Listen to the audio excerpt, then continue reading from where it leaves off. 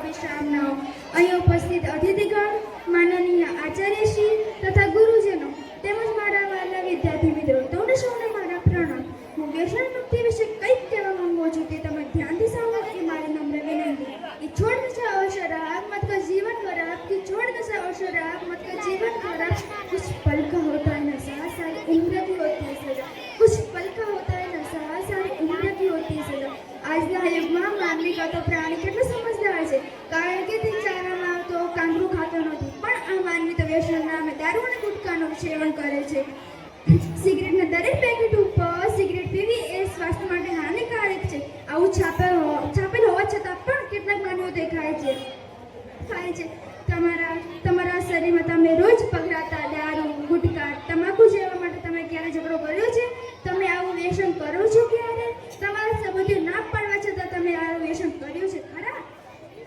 કોણ કહેતે હૈ हैवान बनो, कौन कहते हैं हैवान बनो.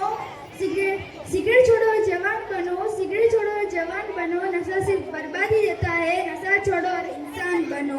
તમે વ્યસન કરી તમારું શરીર બગાડો છો. તમારા શરીર ઉપર તમારા પોતાનું અધિકાર નથી. તમારા પરિવારની તમારી સખત જરૂર છે, તે માટે તમે વ્યસન છોડી દો.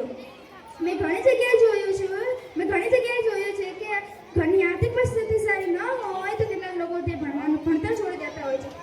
મેં એવું ક્યાંય નથી જોયું કે આર્થિક પરિસ્થિતિ સારી ન હોય અને તેને વ્યસન છોડી દીધું હોય. આજના યુગમાં નાના છોકરાથી કરી છોકરી બધા જ વ્યસન કરવા લાગ્યા છે. હવે તો વડીલોને પણ વિચાર કરવો જોઈએ કે જ્યાં સુધી તે વ્યસન મુક્ત નહીં થાય ત્યાં સુધી યુવાન પેઢી વ્યસન કરવાની જ. અંતે મારી વાણીને વિરામ આપતા હું બસ આટલું જ કહેવા માંગુ છું કે આપણે કોઈ વ્યક્તિને કહીએ કે વ્યસન છોડી દે, એ શું કહે એ મારાથી ના છૂટે. તેમને બસ હું આટલું જ કહેવા માંગુ છું કે માત્ર 1.5 વર્ષ